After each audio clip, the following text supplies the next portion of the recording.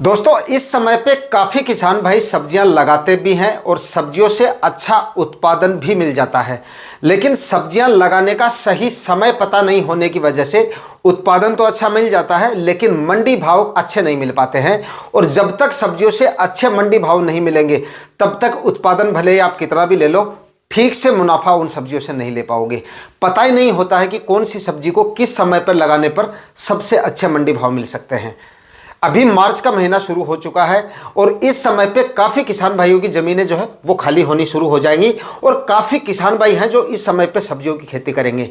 लेकिन अगर आप इस मार्च के महीने में देखिए, अब मार्च महीने में काफ़ी सारी सब्जियां ऐसी हैं जिनकी खेती आप कर सकते हैं। और इन गर्मियों के सीजन में आने वाले दिनों में मंडियों में सब्जियों की आवक जो है वो काफ़ी कम होने की वजह से सभी तरह की सब्जियों के एवरेज मंडी भाव मिल जाएंगे। और कुछ सब्जियां तो ऐसी हैं जिनके काफ़ी जोरदार मंडी भाव आपको मिल सकते हैं। लेकिन आपको यहां पर मैं दो ऐसी सब्जियों के बारे में जानकारी दूंगा जिसको आप इस पूरे मार्च महीने में लगा सकते हो। और अगर आपकी जमीन अभी खाली नहीं हो रही है तो जल्दबाजी भी उन दोनों सब्जियों के लिए आपको करने की जरूरत नहीं पड़ेगी। आप उन दोनों फसलों को थोड़ा सा लेट लगाएंगे, जितना ज्यादा लेट लगाएंगे मार्च में उतने ही अच्छे मंडी भाव मिलेंगे और उतना ही अच्छा आपको उत्पादन मिलेगा। कौन कौन सी सब्जियां आपको लगानी है, लगाने का सही तरीका भी बताऊंगा और टॉप वैरायटियों के बारे में भी बताऊंगा कि इन दोनों सब्जियों की कौन सी वैरायटियों को लगाने पर इस गर्मी के सीजन में आपको जोरदार उत्पादन मिल सकता है और जोरदार मंडी भाव मिल सकते हैं। तो वीडियो पे लास्ट तक बने रहना है और वीडियो पसंद आए तो लाइक जरूर कर देना। नमस्कार दोस्तों, मेरा नाम है सुरेश और आप देख रहे हैं खेत किसान झुंझुनू। दोस्तों सब्जियों की खेती के लिहाज से चाहे आप नए किसान हैं और भले ही आप चाहे पुराने किसान हैं, भले ही आपको सब्जियों की खेती का कितना भी अनुभव क्यों ना हो, सब्जियां लगाने का तरीका आपका कितना भी सही क्यों ना हो, खाद उर्वरक भले ही आपने कितनी अच्छी मात्रा में डाली हो और कितने ही अच्छे तरीके से आपने चाहे रोग बीमारियों को कंट्रोल किया हो, जब तक सही समय पर सही फसल का अगर आप चुनाव नहीं करेंगे तब तक सब्जियों की फसलों से अच्छे पैसे आप नहीं कमा पाएंगे। और अगर आप सही फसल को सही समय पे लगा लेंगे तो वही फसल आपको जोरदार मुनाफा देके जाएगी। क्योंकि जब तक सब्जियों की फसलों से मंडी भाव आपको जबरदस्त नहीं मिलेंगे तब तक कुछ भी नहीं हो सकता। उत्पादन आप चाहे कितना भी अच्छा ले लो, उत्पादन अगर आपको जोरदार मिल भी जाता है और मंडी भाव डाउन रह जाते हैं, अगर 5-10 रुपए के मंडी भाव मिलेंगे तो उत्पादन अकेला क्या करेगा, आप ये बताइए। तो मंडी भाव काफी ज्यादा जरूरी है और मंडी भाव आपको तभी अच्छे मिलेंगे जब सही समय पर सही फसल का चुनाव करोगे। तो दोस्तों यहां पर मैं आपको दो सब्जियों के बारे में बताऊंगा और ये दोनों ही सब्जियां इस मार्च महीने में लगाने पर आपको सबसे ज्यादा मंडी भाव देके जा सकते हैं और उत्पादन भी इन दोनों फसलों से आपको काफी जोरदार मिल जाएंगे। जिनमें से नंबर 1 पर है देसी टिंडे की खेती, यानी कि जिसको आप टिंडसी के नाम से भी जानते हैं। टिंडसी की खेती अगर आप इस मार्च के महीने में करते हैं तो बाकी सब्जियों में यह फसल भी आपको काफी जोरदार मंडी भाव देके जाएगी।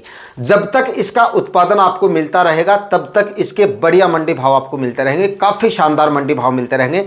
एवरेज मंडी भाव की बात करें तो लगभग 30 से 40 रुपए के मंडी भाव आराम से इसके आपको मिल जाएंगे और काफी कम समय में ये आपको उत्पादन देना शुरू कर देगी। दूसरा सबसे बड़ा प्लस पॉइंट इसका यह है कि इसका लगाने का जो खर्चा है वो काफी कम है। इसमें कोई ज़्यादा खर्चा वगैरह भी आपको करने की ज़रूरत नहीं पड़ेगी। प्लास्टिक मल्च भी आपको इसमें लगाने की ज़रूरत नहीं पड़ेगी। बिना प्लास्टिक मल्च के भी ये आपको काफ़ी ज़ोरदार उत्पादन देके जा सकती है। बस खरपतवार को आपको मैनेज रखना पड़ेगा, खरपतवार ज़्यादा नहीं होना चाहिए। और खरपतवार का तो आपको हर फसल में ख्याल रखना पड़ता है। खरपतवार अगर आपकी सब्जियों की फसलों में हो जाता है तो रोग बीमारियाँ भी काफ़ी आती हैं और उत्पादन भी काफ़ी ज़्यादा डाउन हो जाता है। लेकिन अगर खरपतवार अगर आप नहीं होने देंगे इसमें और प्लास्टिक मल्च बिना भी इसकी खेती करेंगे तब भी ये आपको जोरदार उत्पादन देके जाएगी। और गर्मियों के दिनों में काफी शानदार डिमांड रहती है इसकी। गर्मियों के दिनों में जब तक ये आपको उत्पादन देगी तब तक बढ़िया मंडी भाव देके जाएगी। लगाने का जो तरीका है वो आप देख लीजिए। लगभग इसकी बेड से बेड की दूरी की बात की जाए तो लगभग 4-4 फीट की दूरी पे आप इसके बेड बना सकते हैं।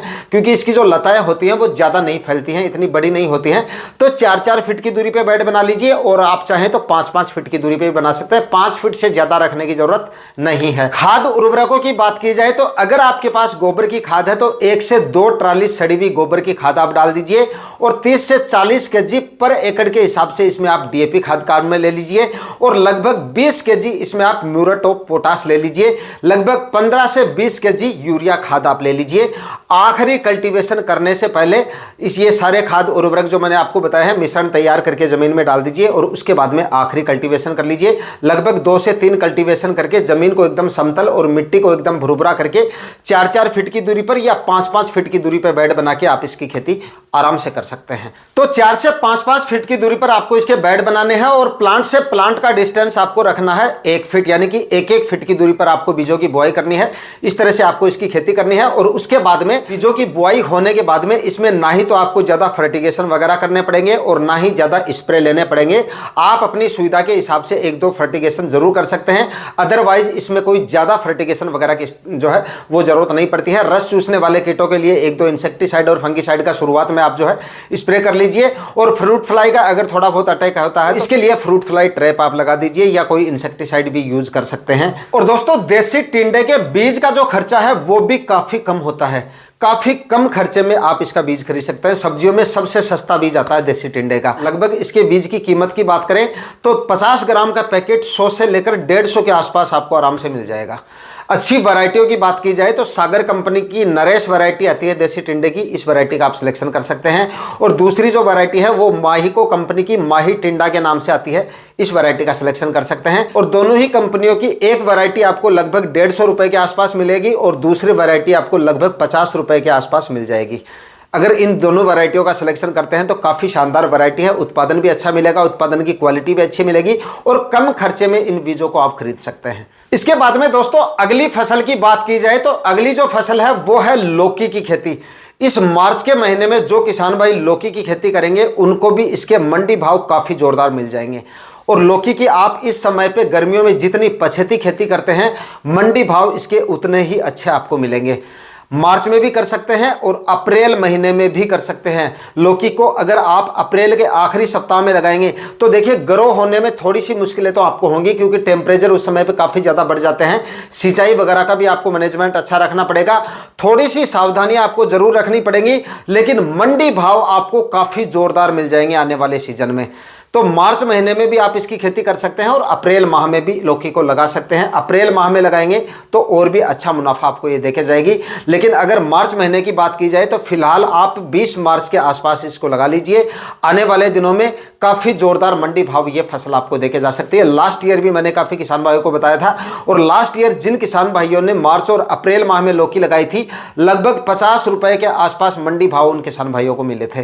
तो इन गर्मियों में आप लौकी की खेती करके भी काफ़ी जोरदार मुनाफा ले सकते हैं। दोस्तों इस समय लगाई जाने वाली सब्जियों में बेल वाली सब्जियों में सबसे ज्यादा लंबे समय तक उत्पादन देने वाली जो फसल है वो लौकी की खेती है। काफ़ी लंबे समय तक आपको यह उत्पादन देगी और जब तक इसका उत्पादन इस समय पर लगाने पर आपको मिलेंगे तब तक काफ़ी जोरदार मंडी भाव आपको मिलेंगे। अच्छी वैरायटियों का सिलेक्शन करना आपको काफ़ी ज़्यादा ज़रूरी है और लगाने का सही तरीका आपको पता होना चाहिए। इसमें सड़ी हुई गोबर की खाद आपको डालनी है। लगभग 3 से 4 ट्राली आप सड़ी हुई गोबर की खाद डाल दीजिए 1 एकड़ में और लगभग 50 से 60 kg DAP खाद ले लीजिए, 25 से 30 kg म्यूरेट ऑफ पोटाश ले लीजिए और लगभग 20 से 25 kg इसमें आप यूरिया खाद ले लीजिए। आखिरी कल्टीवेशन से पहले डाल के 6-6 फीट की दूरी पर बेड बना लीजिए और 1 से 1.5 फीट की दूरी पर आप बीजों की बुआई कर सकते हैं। अच्छी वैरायटियों की बात की जाए तो अच्छी वैरायटियों में आप माहीको कंपनी की 8 नंबर वैरायटी आती है, इसका आप सिलेक्शन कर सकते हैं। अगर आपको ये वैरायटी मिल जाती है तो काफ़ी शानदार वैरायटी है, लौकी की सबसे अच्छी वैरायटी है, इस वैरायटी का आप सिलेक्शन कर सकते हैं। बाकी और भी काफ़ी सारी वैरायटियां हैं। इसके बाद में दोस्तों ईस्ट वेस्ट कंपनी की एक अनमोल वैरायटी आती है लौकी की, ये भी काफ़ी शानदार वैरायटी है। उसके बाद में नुमेंस की एक अनोखी वैरायटी आती है, ये भी लौकी की काफ़ी शानदार वैरायटियां हैं। इस तरह से काफ़ी सारी वैरायटियां हैं, लेकिन माहीको की 8 नंबर वैरायटी आपको मिल जाए तो आप इस वैरायटी का सिलेक्शन कर सकते हैं क्योंकि ये वैरायटी हर जगह आसानी से मिल जाती है। दोस्तों इस समय पर लौकी लगाने पर काफ़ी किसान भाइयों का एक कन्फ्यूजन और रहता है और इसके बारे में काफ़ी किसान भाई कमेंट करके मुझसे पूछते रहते हैं कि सर इस समय पे अगर हम लौकी की खेती करें तो इसके लिए हमें स्ट्रक्चर तैयार करना पड़ेगा या नहीं, यानी कि मचान विधि से इसकी खेती करनी है या सिंपल और साधारण विधि से इसकी खेती इस समय पे हम कर सकते हैं। तो देखिए, अगर आप लौकी को या फिर वो अन्य कोई बेल वाली सब्जियां जैसे करेला, तोरई, इस तरह की सब्जियों को अगर आप इस समय पे लगा रहे हो, यानी कि फरवरी और मार्च महीने में इनकी खेती कर रहे हो, गर्मियों के लिए अगर आप ये सब्जियां लगा रहे हो, तो इनके लिए आपको मचान वगैरह तैयार करने की जरूरत नहीं पड़ेगी। मचान वगैरह हम जो है बरसात के सीजन में इन सब्जियों को लगाते हैं, तब तैयार किया जाता है, क्योंकि बरसात के सीजन में बारिश वगैरह ज्यादा होने की वजह से, जल भराव ज्यादा होने की वजह से, या फिर वातावरण में ज्यादा मॉइस्चर होने की वजह से, जब फसलें जमीन पे रहती हैं, बेलें जमीन पे रहती हैं और उस समय पे बारिश वगैरह ज्यादा होती है या मॉइस्चर ज्यादा होता है, तो फसलों में रोग बीमारियां काफी ज्यादा आ जाती हैं, सड़न और गलन जैसी समस्याएं काफी ज्यादा आ जाती हैं। इस वजह से हमारी फसलें भी प्रभावित हो जाती हैं और जो फल की क्वालिटी है वो भी काफी ज्यादा प्रभावित हो जाती है। तो अब अगर आप इन सब्जियों को लगा रहे हो, गर्मियों के लिए अगर आप सब्जियां लगा रहे हो, तो आपको जमीन पे इसकी खेती करनी है। मचान वगैरह का खर्चा आपको इस समय करने की जरूरत नहीं है, यह खर्चा आपको नहीं करना पड़ेगा। और लौकी को अगर आप मार्च महीने में लगा रहे हो तो प्लास्टिक मल्च वगैरह भी लगाने की जरूरत आपको नहीं पड़ेगी, क्योंकि टेम्परेचर काफी ज्यादा कम होते हैं, उस समय पे काफी ज्यादा होती है प्लास्टिक मल्च लगाना जरूरी। लेकिन इस समय पे आप अगर प्लास्टिक मल्च हालांकि लगा के इसकी खेती आप कर सकते हैं, लेकिन जो किसान भाई इसका खर्चा नहीं करना चाहें तो विदाउट प्लास्टिक मल्च के भी आप लौकी की खेती आसानी से कर सकते हो गर्मी के सीजन में। तो दोस्तों, फाइनली यहां पर इस वीडियो में मैंने आपको दो सब्जियों के बारे में बताई है और दोनों सब्जियों के बारे में डिटेल में आपको पूरी जानकारी देने की कोशिश की है। वीडियो अगर इंफॉर्मेटिव रहा तो वीडियो को लाइक शेयर करके चैनल को सब्सक्राइब जरूर कर लीजिएगा। फिर मिलता हूं आपसे किसी और वीडियो में नए टॉपिक के साथ, तब तक के लिए जय हिंद, वंदे मातरम।